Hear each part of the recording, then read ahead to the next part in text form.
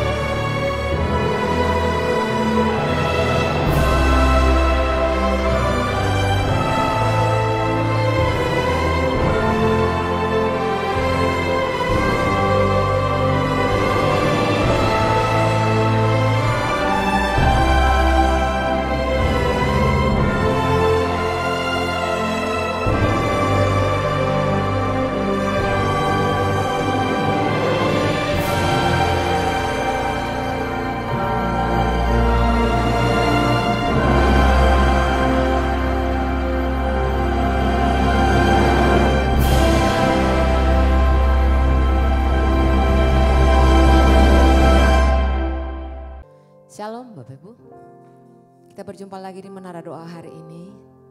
Kiranya setiap kita semakin dibaharui di hadirat Tuhan. Setiap kali kita datang memuji menyembah Tuhan bersama-sama. Dan saat hari ini mari kita siapkan hati kita lebih lagi akan diberkati Tuhan di hadiratnya. Mari kita Bapak Ibu siapkan hati memuji menyembah Tuhan Yesus. Arahkan hati dan pandangannya kepada Tuhan dan kita berdoa. Kami kembali datang kepadamu ya Tuhan. Kepada Tuhan yang hidup, yang menjadi sumber kekuatan kami. Kami datang kepada Tuhan memuji menyembah Engkau, membawa seluruh kehidupan kami di hadirat-Mu. Dan kami percaya ya Tuhan, Tuhan hadir di tengah-tengah kami saat hari ini. Saat kami memanggil nama Tuhan, saat kami menaikkan nyanyian pujian kepada Tuhan, Tuhan hadir di tempat ini, Tuhan hadir di tengah-tengah kami dan membaharui setiap kami lebih lagi ya Tuhan. Sebab itu ya Tuhan, sucikan, kuduskan setiap kami. Layakan kami untuk menaikkan pujian di hadapan-Mu. Biarlah mulut kami penuh dengan pujian pengagungan kepada Tuhan Yesus. Terima kasih Tuhan, terima kasih Bapa. Kami sembah Engkau, kami muliakan nama-Mu. Di dalam nama Tuhan Yesus.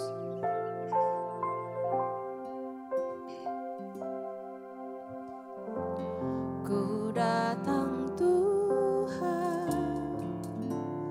baharui hatiku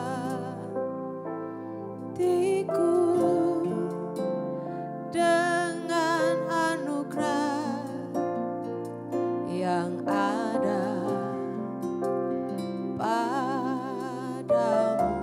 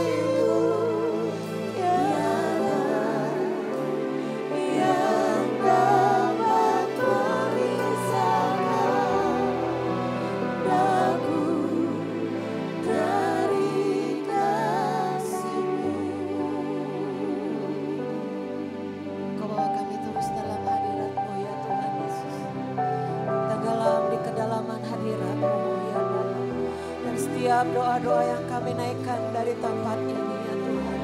Kami percaya Tuhan mendengar dan menjawab setiap doa kami ya Tuhan.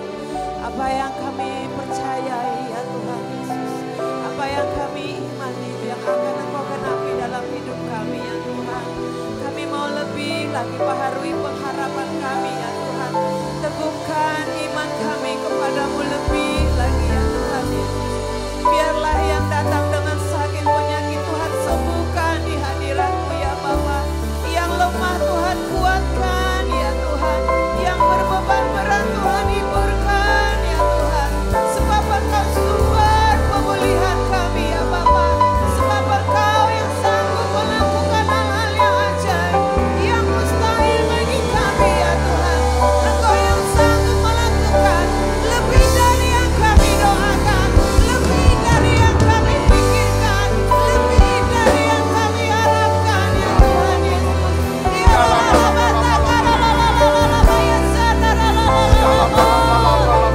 ini Roh-Mu sedang bekerja ya Tuhan.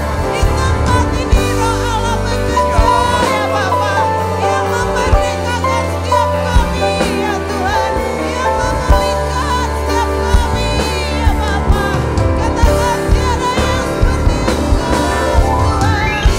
Tiada seperti Engkau ya Tuhan benar. Yang telah menjamah segenap hatiku, Tak seorang pun di dalam hidup ini seperti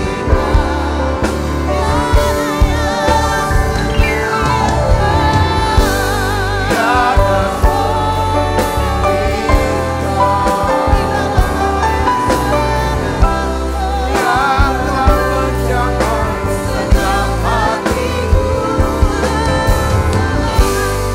tak seorang pun di dalam hidup ini seperti Kau Tuhan.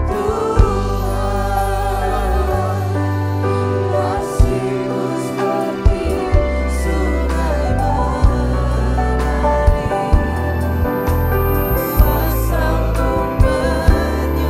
menyembuhkan air mata pun Engkau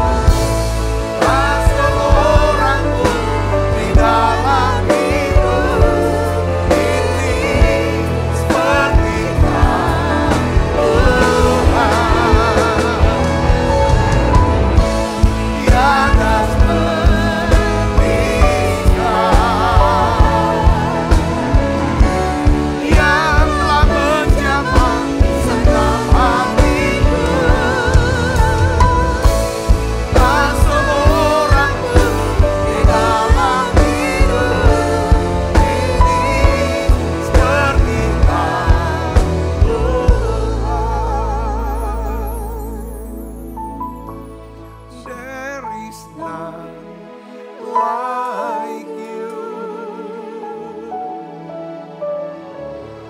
No one else can touch my heart like you do. I could search for all eternity, Lord, and find there is none like you. Jamah setiap hati kami, jamah pikiran kami ya Bapa, oleh Roh-Mu yang kudus buat kami. Jamah kami sekali lagi Tuhan, jamah hidup kami sekali lagi, ubah kami Tuhan, perbaharui ya Tuhan hati kami, roh kami Tuhan.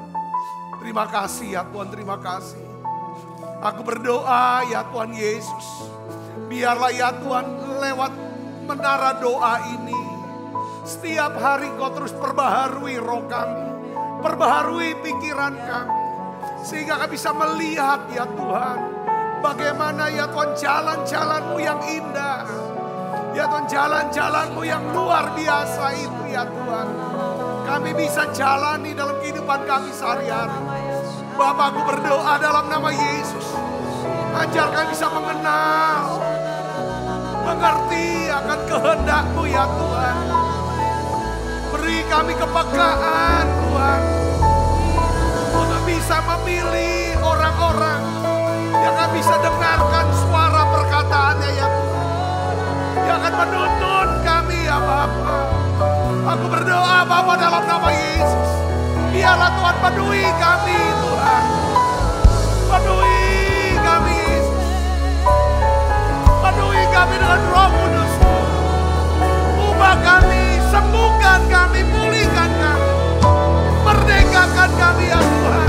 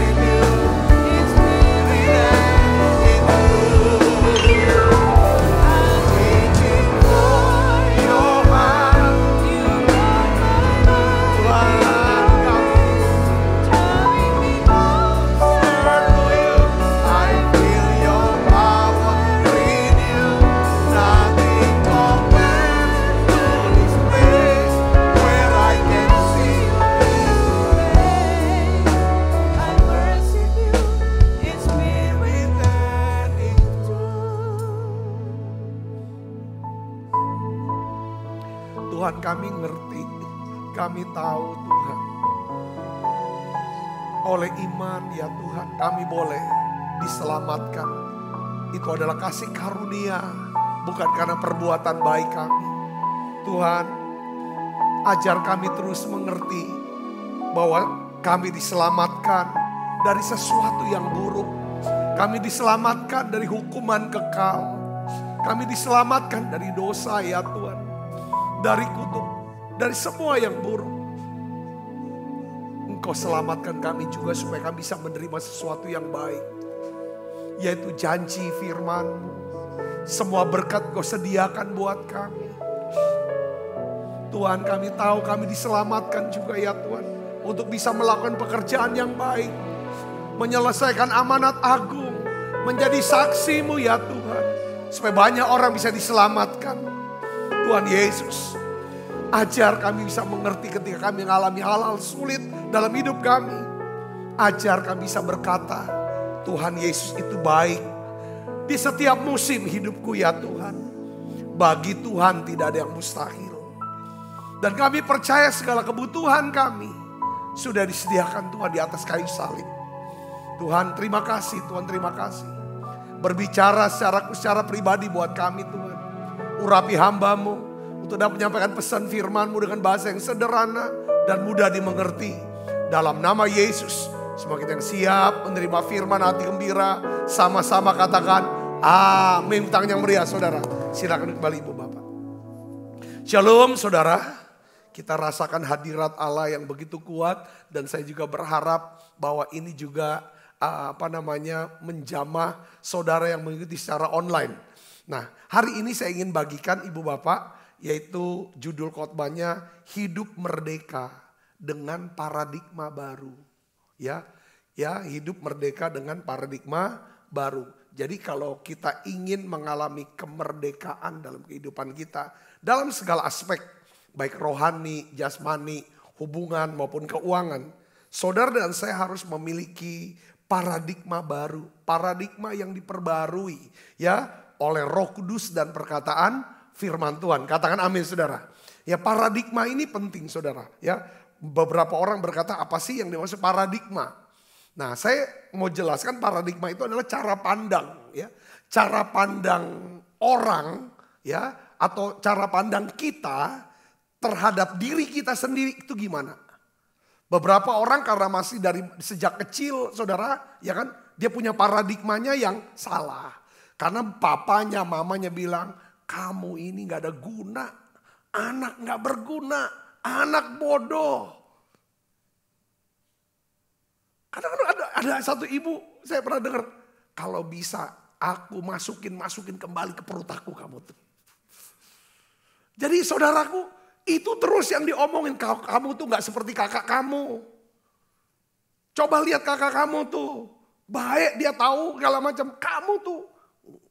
Nah saudara, ketika sejak dia masih kecil, meningkat remaja, kita dapetin satu seperti kayak orang-orang itu memberikan identitas kepada diri kita. Bahwa orang yang gak berharga, gak berguna, yang jelek, gak mungkin pasti gagal. Dampaknya apa saudara? Mempengaruhi paradigma. Saudaraku, jadi apa yang kita pikirkan itu yang akan jadi seperti itu kita kalau kita setuju. Saya bisa ngeri, katakan amin. Itu paradigma. Bagaimana kita melihat diri kita. Ya saudara, seharusnya kita melihat diri kita sebagaimana Tuhan melihat diri kita. Saudara bisa ngeri, katakan amin. Ya, Tuhan melihat diri kita apa? Dia mati di salib, mau mati salib. Sekalipun kita orang berdosa. Karena Tuhan melihat kita ini adalah orang yang berharga. Ya, pribadi yang berharga. Karena kita berharga, dia mau mati buat kita. Katakan amin saudara. Ini yang harus kita pegang. Aku berharga, aku mulia. Dan ada satu doa yang tadi kita naikkan dalam doa bahwa Tuhan selamatkan kita dari sesuatu yang buruk. Hukuman kekal, api neraka, dari dosa, dari kutuk. Dia dari kuasa gelap, dia selamatkan kita dari hal sesuatu yang buruk. Ya kan? Supaya kita bisa menerima sesuatu yang baik yang Tuhan sediakan buat kita. Ini yang harus dimasukkan dalam diri kita. Yang ngerti katakan amin. Yang berikutnya adalah kita diselamatkan, kita diangkat sebagai anak, ya kan? Untuk satu tujuan supaya kita bisa melakukan pekerjaan yang baik. Efesus, ya kan 2 ayat yang 10, saudara. Yaitu apa? Salah satunya melakukan amanat agung, menjadi saksi Tuhan. Jadi paradigma itu apa saudara? Ya kan? Cara berpikir adalah cara pandang kita terhadap diri kita. Yang kedua, cara pandang kita terhadap apa? Orang-orang sekitar kita. Saudaraku, itu pun sangat mempengaruhi daripada apa yang masuk dalam pikiran kita.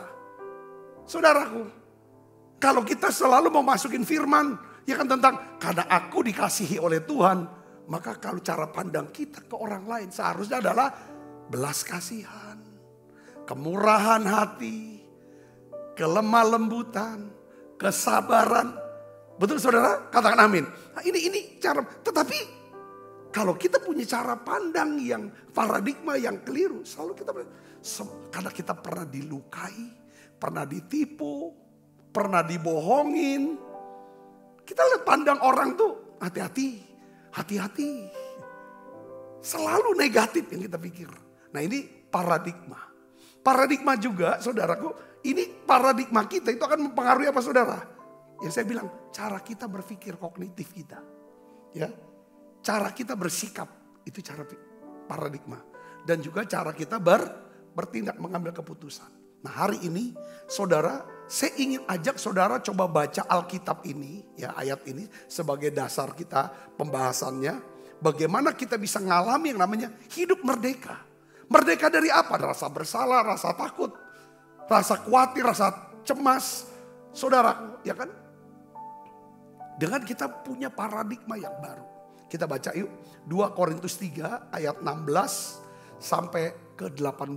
Kita baca sama-sama. 1, 2, 3. Tetapi apabila hati seorang berbalik kepada Tuhan. Ini bicara tentang hati seorang berbalik ke Tuhan. Ini namanya pertobatan.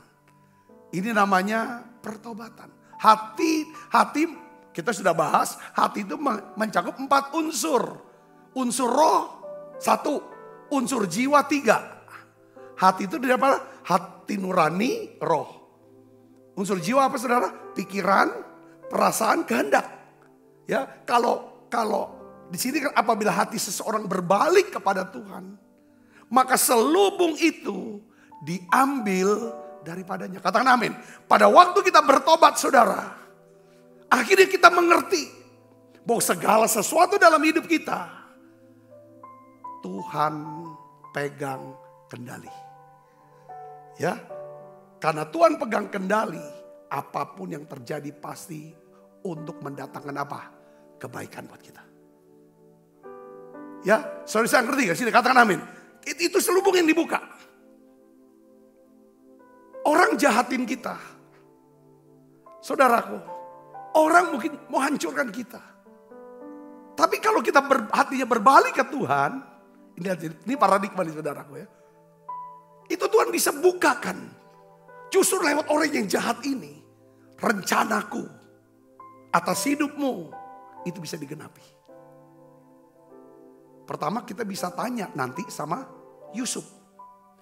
Kalau tidak ada niat jahat, rencana jahat, perbuatan jahat daripada saudara-saudaranya, buang dia ke sumur, jual dia jadi budak ke Mesir, dia tidak akan pernah bisa menjadi seorang perdana menteri di Mesir. Ini selubung saudara, katakan amin. Itu selubung. Kalau orang yang selubung yang dua, itu tetap pahit dia. Tetap marah dia sama bapaknya yang perlakuan tidak adil. Ibunya yang berat sebelah. Sama gurunya, sama sahabatnya, sama pacar. Semua. Kalau selubung ini gak pernah dibuka, kita akan hidup dengan apa? Saudara, paradigma yang lama. Ibu bapak bisa nangkep ya sini, katakan amin. Banyak hal. Jadi selubung ini kita bisa ngerti nih. Sebab bagi Allah tidak ada yang mustahil. Tidak ada yang mustahil bagi orang percaya. Nah, kalau sampai selubung ini dibuka, kata-kata itu nyata lah buat kita. Kita sering dengar, Tuhan adalah gembalaku, takkan kekurangan aku. Kalau selubung ini, kata-kata ini, yang saudara, selubungnya dibuka, hidup kita tenang. Kita ngerti tentang jaminan pemeliharaan Tuhan dalam hidup kita. Saudara-saudara katakan amin. Nah ini dia, ya kan? Ini kata kuncinya saudara. Apabila bagian kita cuma balik aja ke Tuhan, bagian Tuhan ada, dia akan buka kita pengertian. Makanya Roma 8 dan 28 kan dimulai dengan kata apa? Kita tahu sekarang. Itu selubung dibuka. Kita tahu sekarang bahwa Allah turut bekerja dalam segala sesuatu untuk mendatangkan apa? Kebaikan bagi orang-orang yang mengasihi dia, yaitu orang-orang yang terpanggil sesuai dengan rencananya. Ayat berikutnya 29 adalah kita ini orang-orang yang dipanggil untuk apa saudara? Untuk dimuliakan. Katakan ya kan, supaya kita menjadi serupa dengan anaknya Yesus. Jadi lewat ini kita tahu itu kan pembukaan. Jadi saudara setiap hari seharusnya saudara ada banyak selubung yang nutupi hidup kita. Makanya kemarin kita bahas saudara ya kan kita harus bisa mengetahui dan mengakui keterbatasan kita. Ada banyak hal yang kita tidak tahu, ada banyak hal yang tidak bisa kita kerjakan. Tetapi kalau hati kita berbalik, maksudnya pikiran kita, paradigma kita diperbaharui, maka ada banyak selubung yang akan dibukakan. Yang ngerti katakan amin. Ini yang harus kita sebagai anak Tuhan tahu. Terus dikatakan ayat 17. Kita baca sama-sama. 1, 2, 3. Sebab Tuhan adalah roh. Di mana ada roh Allah, di situ ada apa? Kemerdekaan. Apa saudara? Karena kapan kemerdekaan itu terjadi? Saya mau beritahu. Di sini, di mana ada roh, Tuhan adalah roh. Di mana ada roh Allah, di situ ada kemerdekaan itu apa sih? Buat kita nih secara orang Kristen, secara kemerdekaan itu apa?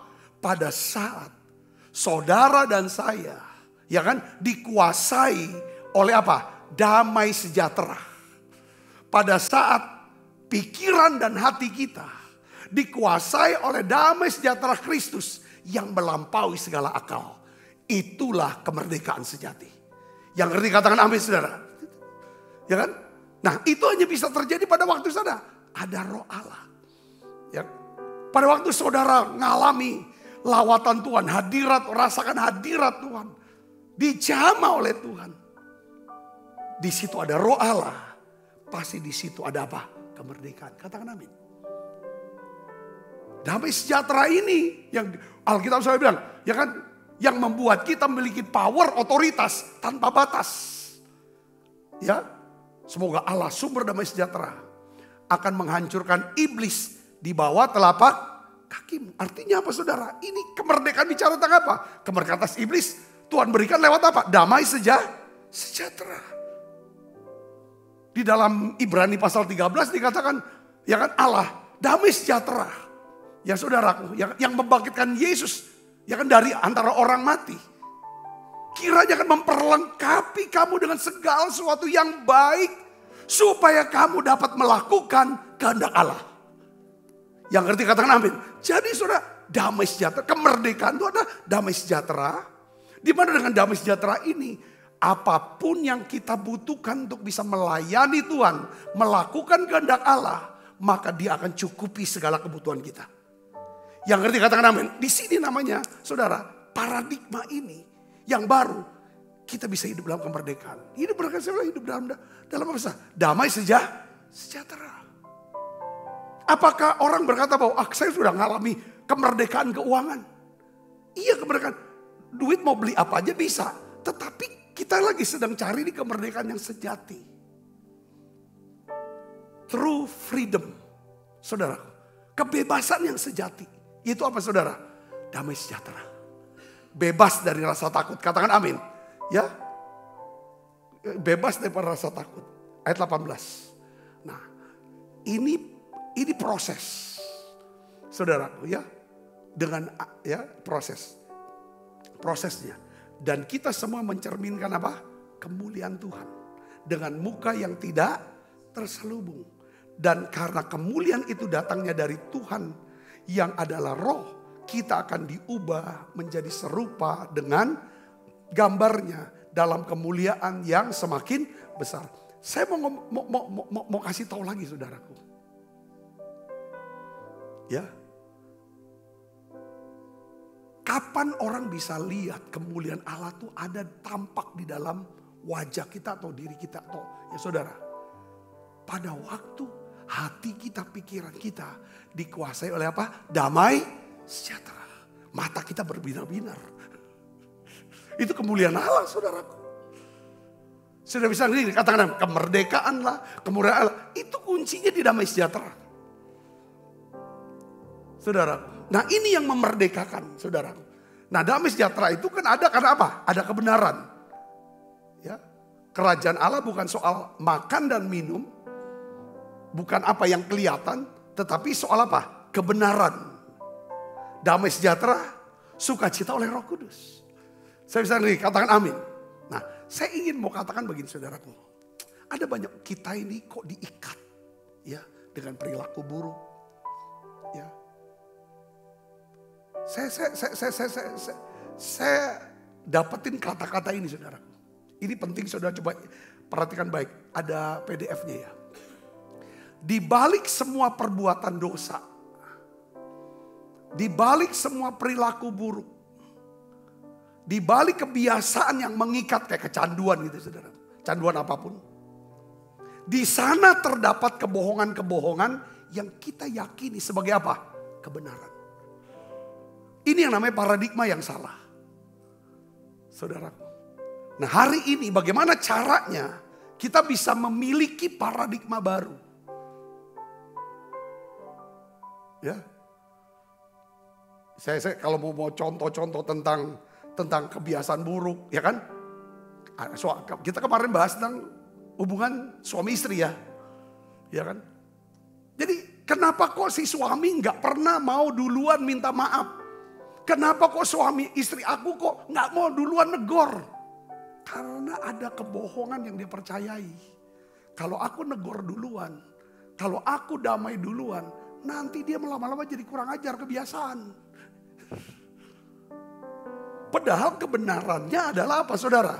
Siapa yang memulai untuk berdamai, justru dia yang dihormati oleh Tuhan. Katakan amin. Dia itu yang punya otoritas, yang secara kepangkatan rohani di hadapan Tuhan tidak kelihatan. Dia ini yang besar.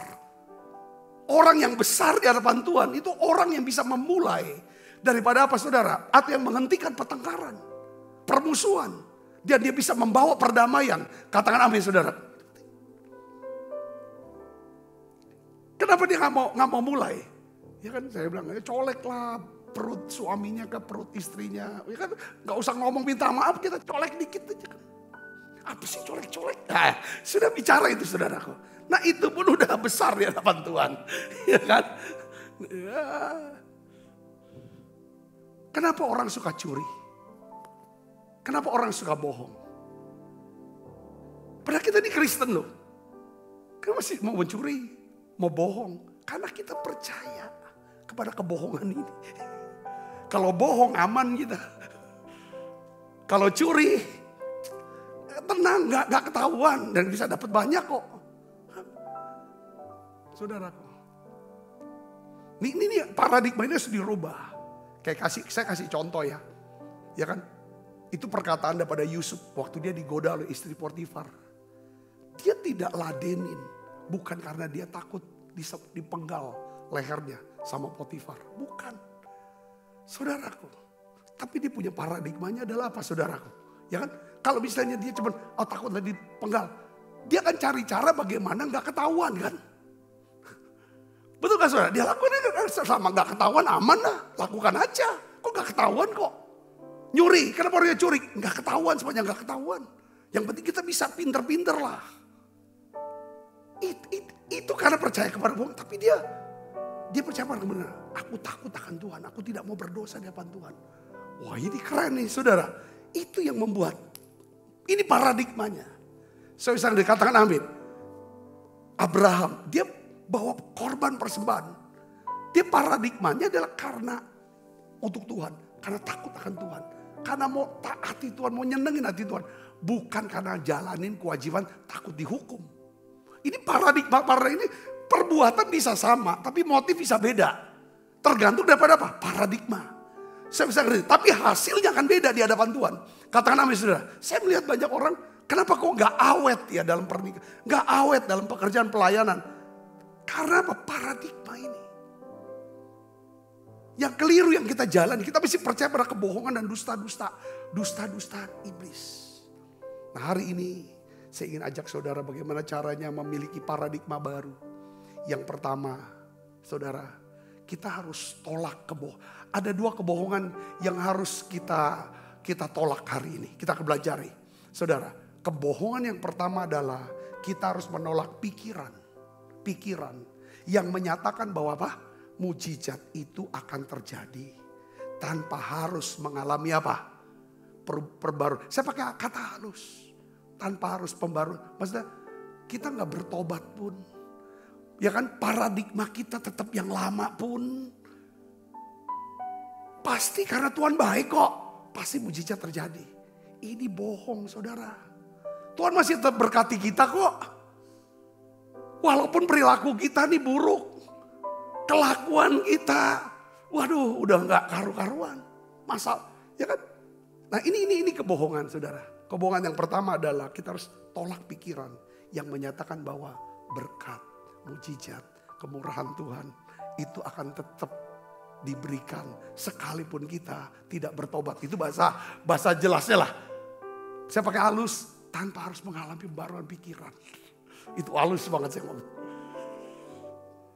Roma 12 ayat 2. Di sini katakan apa? Janganlah kamu menjadi apa? Serupa dengan dunia ini, tetapi berubahlah oleh pembaharuan budimu. Sehingga kamu dapat membedakan manakah kehendak Allah, apa yang baik, yang berkenan kepada Allah dan yang Jadi sepanjang kita, makanya kita perlu paradigma yang baru.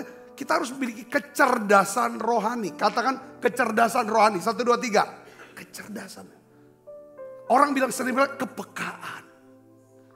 Gitu saudara. Ini yang namanya paradigma itu. Cara kita melihat. Cara kita berpikir. Saudara, aku mau selaras dengan Tuhan. Setuju dengan Tuhan. Saya kasih contoh tentang kisah Maria. Saudara sudah tahu ya kisah tentang Maria. Ya, dia masih remaja muda lah. Tiba-tiba sudah didatangi oleh malaikat Tuhan. Ya. Maria mendengar perkataan malaikat Tuhan bahwa dia akan mengandung. Dia akan melahirkan seorang anak laki-laki. Nah, Maria menjawab, saudaraku, ini paradigma dia yang lama. Inilah yang dia percayai selama ini. Memang kenyataannya begitu kok. Dia bilang, bagaimana mungkin hal itu bisa terjadi? Saya ini belum bersuami. Ya itu kata-kata yang nyata. Tetapi saudara, mujizat itu terjadi. Berkat Tuhan dilimpahkan. Hanya apabila saudara dan saya, ya kan, berani mengubah pola pikir kita yang lama. Ketika saudara datang firman, saudara dengar firman, firman bicara sama kita. Saudara nasihat itu datang. Ketika kita bilang, iya Tuhan aku terima ini. Penyakit ini tidak akan mendatangkan kematian, tapi untuk menyatakan kemuliaan Allah. Walaupun dokter bilang, kenyataannya memang sudah parah ini. Sudah nyebar semua ini.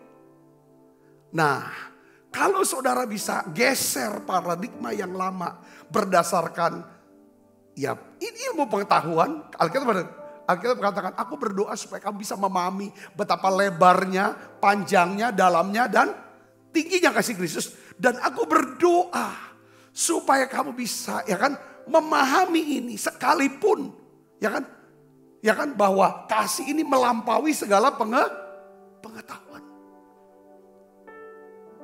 Saudara, lalu malaikat bilang gini, Maria, nih dengar, Roh Kudus, ya dikatakan Roh Kudus akan turun atas kamu.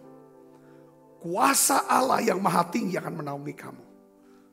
Sesuatu yang nampaknya mustahil. Ketika Roh Kudus turun atas kamu, kalau kuasa Allah bekerja atas hidupmu, maka apa yang nampaknya mustahil menjadi tidak mustahil. Sebab bagi Allah tidak ada yang mustahil. Itu perkataan malaikat sama Maria. Sekalipun kamu gak pernah disentuh oleh laki-laki. Karena ini kehendak Allah. Ini penugasan dari Tuhan. Ini pelayananmu. Ini panggilan untuk hidupmu sebagai manusia. Kamu akan mengandung anak laki-laki. Kau beri nama Yesus. Apa jawaban Maria?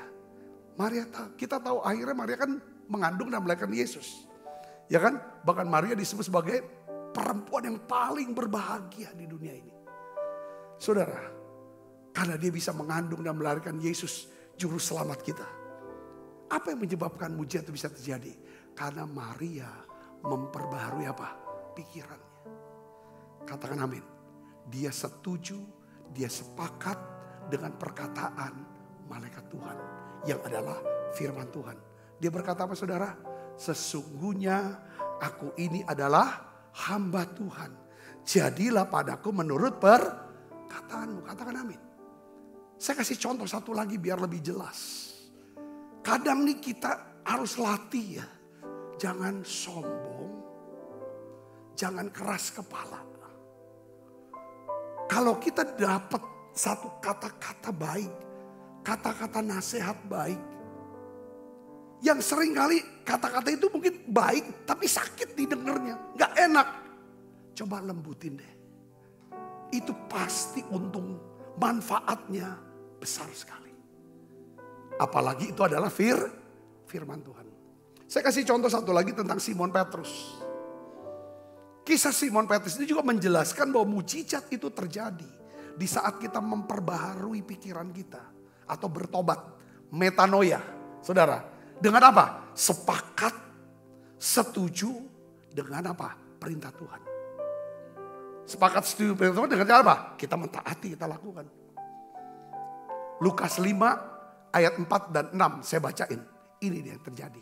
Saudara, penting ini harus rubah pikirnya. Kita baca sama-sama yuk. 1, 2, 3.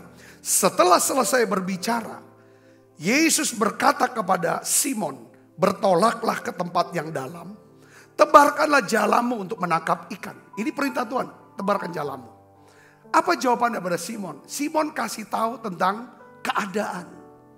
Ini yang dia alami. Lalu dia ucapkan. Simon menjawab. Apa? Guru, telah sepanjang malam kami bekerja keras. Dan kami tidak menangkap apa-apa. Semalam-malam gak dapat ikan. Tempat itu udah gak ada ikan lagi. Tetapi karena engkau yang menyuruh, dia robah paradigmanya. Dia robah pola pikirnya. Ya saudara, dia percaya apa yang Tuhan katakan.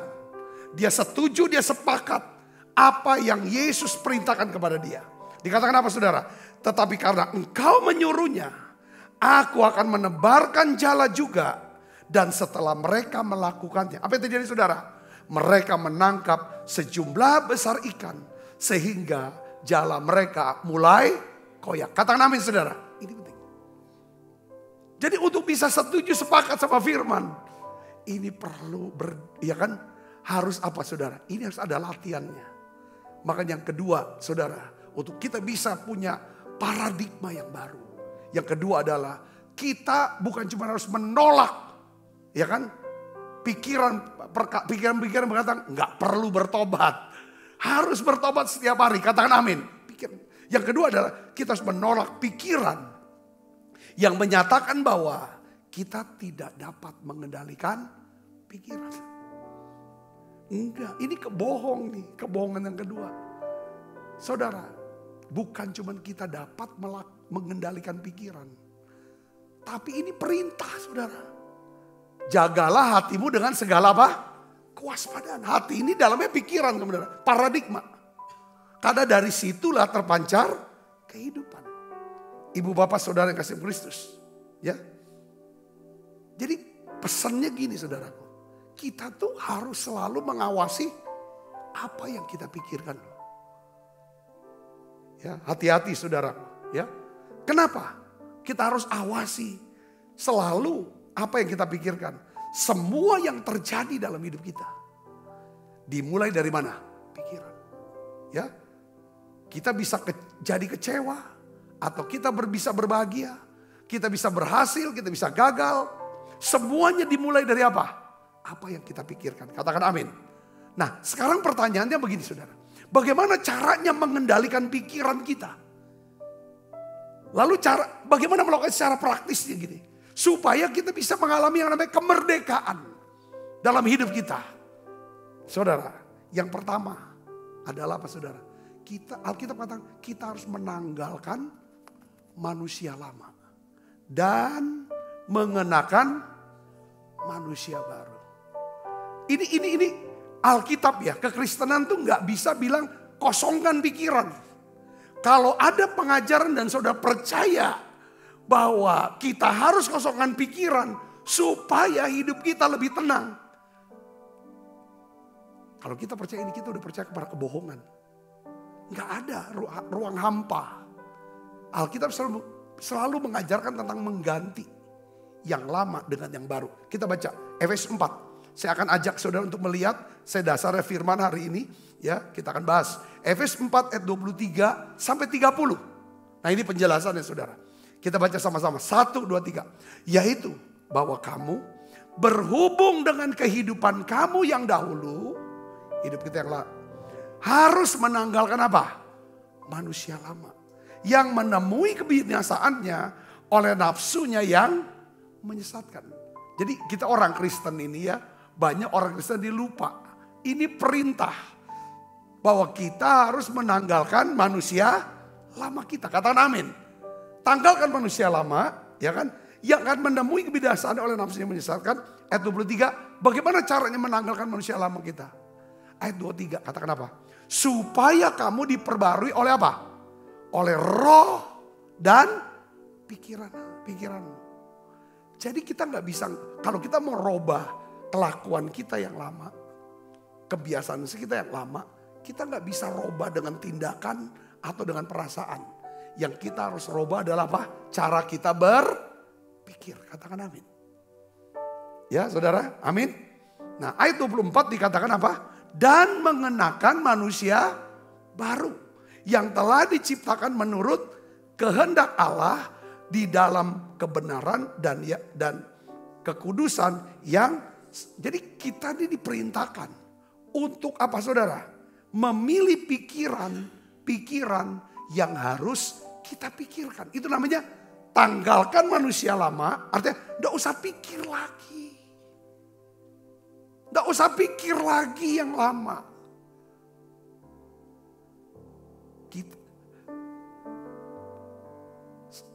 Saya kemarin sempat ngobrol sama seseorang. Saya tuh gak pernah kepikiran.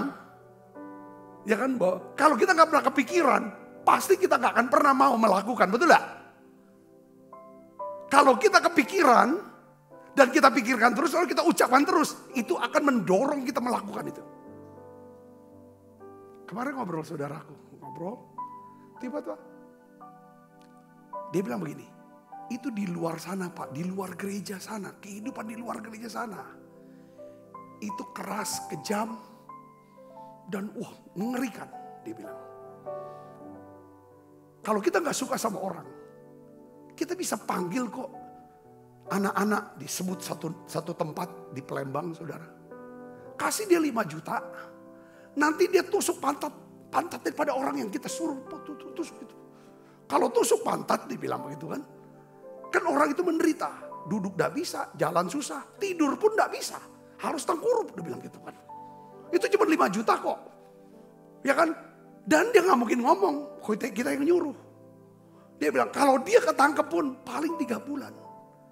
Saudara kepikiran gak? Saya gak pernah kepikiran kayak gitu. Saya gak pernah kepikiran. Kalau kita gak suka orang, gak usah bunuh orang itu. Suruh aja 5 juta kok. Tusuk dia pantatnya, dia bilang itu. 1 tusukan 5 juta. 2 tusukan 10 juta, dia bilang itu. Mana-mana kepikiran. Saudara mungkin, beberapa saudara gak kepikiran. Kayak gitu ya. Gitu kan. Jadi artinya apa saudaraku? Alkitab ajarin, tanggalkan manusia lama artinya apa? Jangan mikirin deh. Tapi pikirin yang baru. Dengan pikiran yang baru, katakan amin. Pikiran-pikiran apa? Udah jangan kan diomongin. Dipikirin aja jangan. Apa saudara? Kita dulu tuh sukanya judi kan. Mungkin sukanya nyuri. Ya udah jangan dipikirin. Jangan diomongin. Ganti. Ini loh maksudnya. Katakan amin. Ini ayat 25. Ini diajarin. Ini Alkitab yang aja bukan saya. Saya cuma jelasin aja saudara. Nih coba ayat 25 kita baca. Dengan suara keras. 1, 2, 3. Karena itu apa? Buanglah dusta dan berkata. Maksudnya dusta itu adalah manusia lama.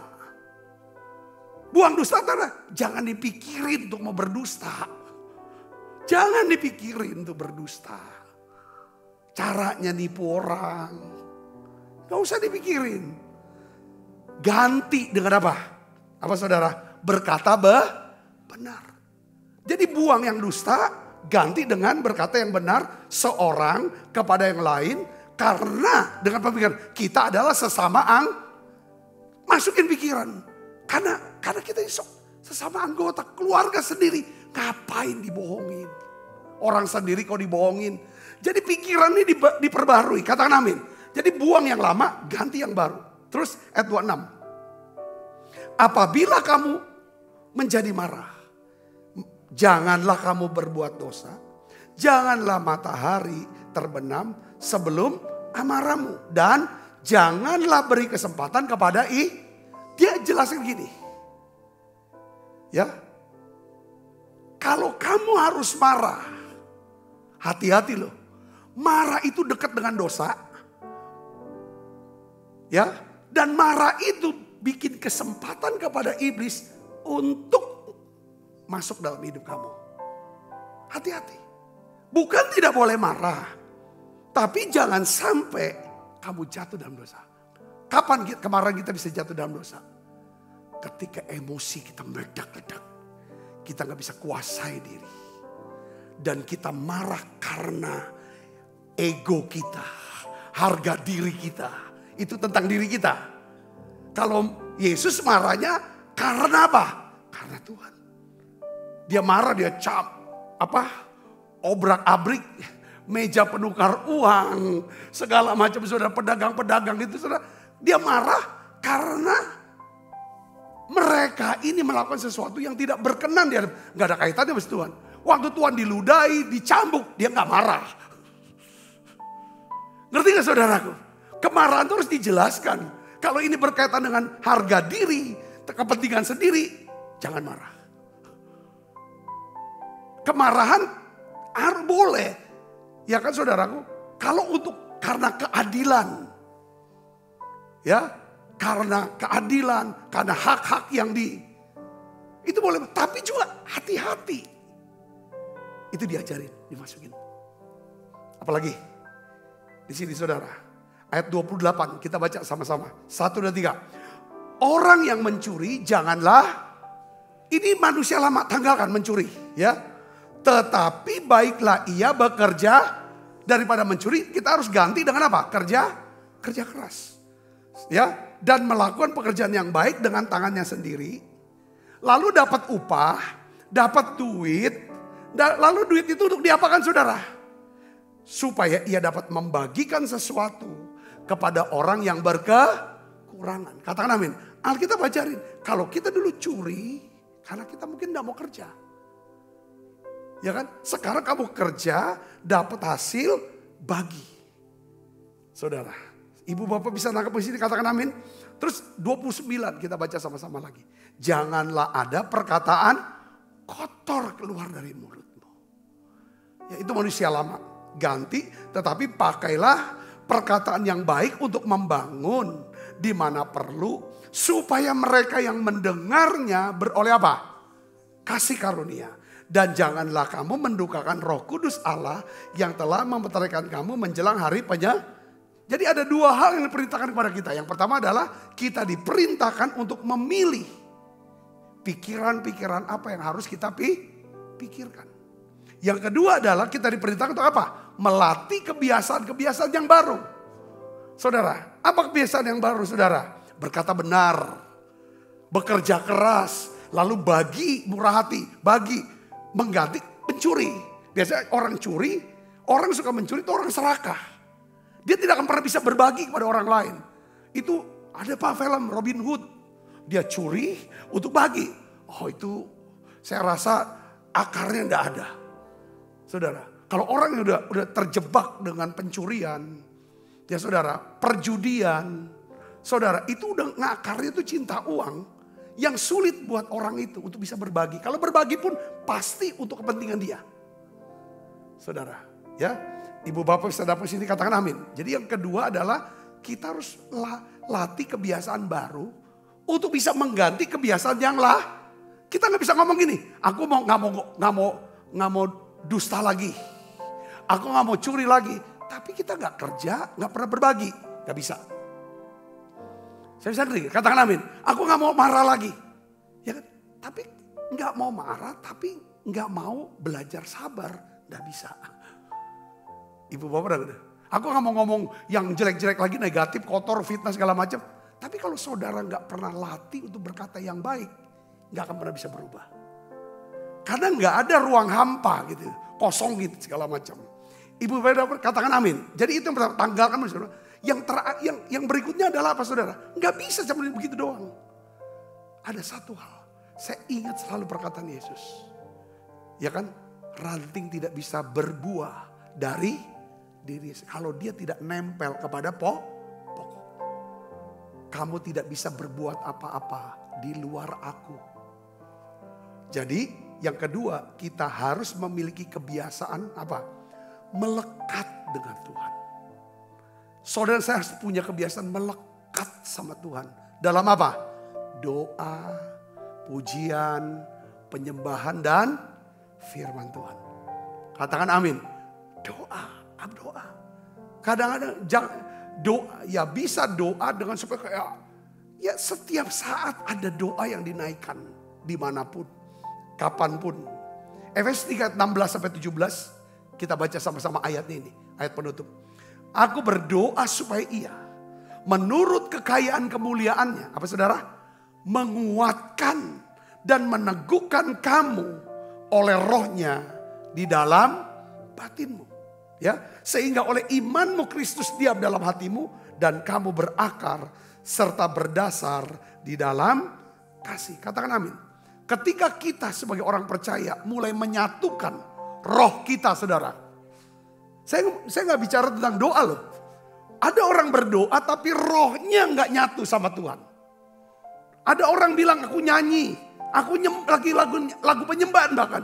Belum tentu rohnya nyatu. Roh terdiri dari 3 unsur. Apa saudara? Hati nurani, fellowship, dan intuisi. Kalau hati nurani kita ini cemar, hati nurani kita sedang menuduh kita, tidak mungkin ada fellowship. Tidak akan ada doa yang menghasilkan saudara perubahan karakter. Tidak ada.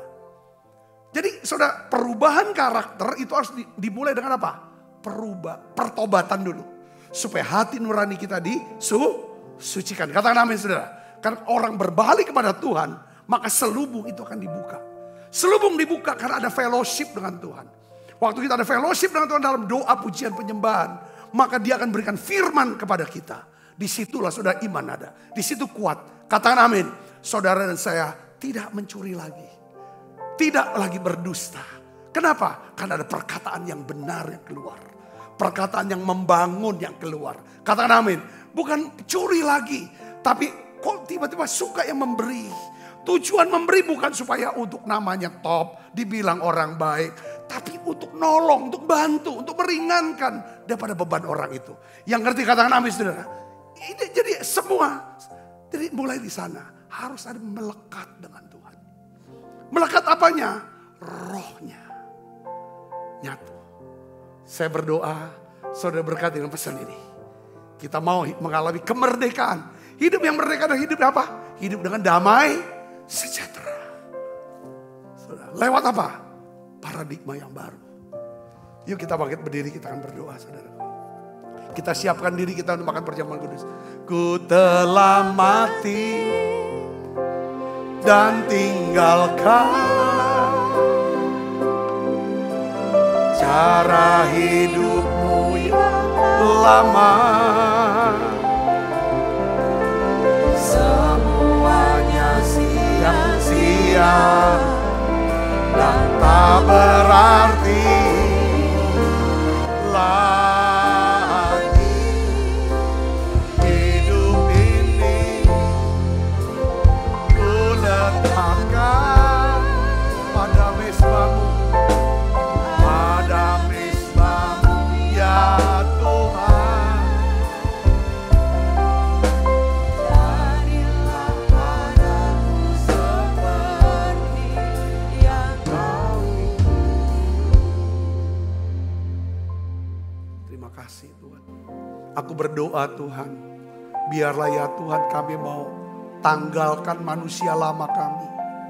Kami mau kenakan manusia baru kami Tuhan. Dan biarlah ya Tuhan hati kami terus melekat dengan Tuhan. Kami jadi orang-orang yang suka berdoa, menaikkan nyanyian, pujian, ucapan syukur. Dan juga ya Tuhan dengan firman-Mu ya Tuhan, renungan firman-Mu yang selalu kami mau simpan dalam lubuk hati kami. Tuhan terima kasih hari ini kami berdoa. Biarlah kami bisa hidup dalam kemerdekaan ilahi. Yaitu hidup dalam damai sejahtera-Mu ya Tuhan. Yang melampaui segala akal. Terima kasih Tuhan, terima kasih. Kami mau bersyukur untuk perjamuan kudus ini. Kami ingat Yesus mati di salib untuk menebus dosa kami. Menanggung semua sakit penyakit kami. Sebab apa yang telah kuteruskan kepadamu telah kuterima dari Tuhan. Yaitu bahwa Tuhan Yesus pada malam waktu ia serahkan mengambil roti. Dan setelah itu ia mengucap syukur atasnya. Ia memecah-mecahkannya dan berkata, inilah tubuhku yang diserahkan bagi kamu. Perbuatlah ini menjadi peringatan anak-anakku. Saudaraku, bukankah roti tangan kita ada persoalan kita dengan tubuh Kristus? Mari makan dalam nama saya.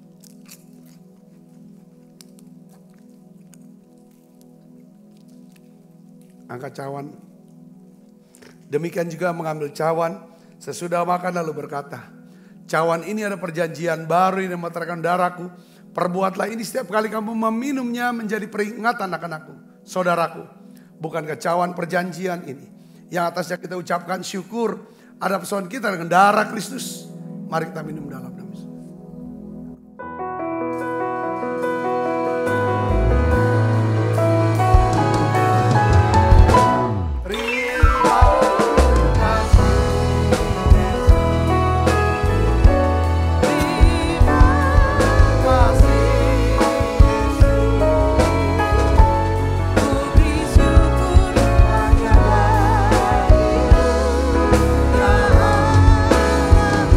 Ku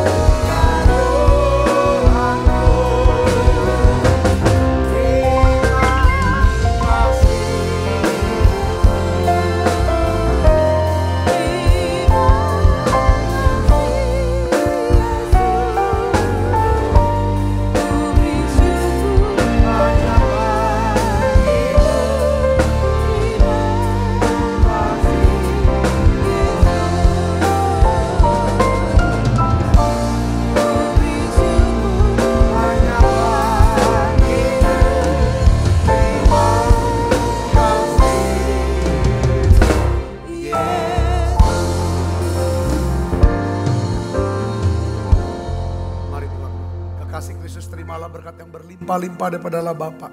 Di dalam anaknya Tuhan kita Yesus Kristus. Persoalan yang manis Roh Kudus menyertai kita semua mulai saat ini. Sampai Yesus datang menjemput Tuhan permain dan sampai selama-lamanya. Semua kita percaya dan berkati, sama-sama katakan amin. Tuhan berkati saudara semuanya.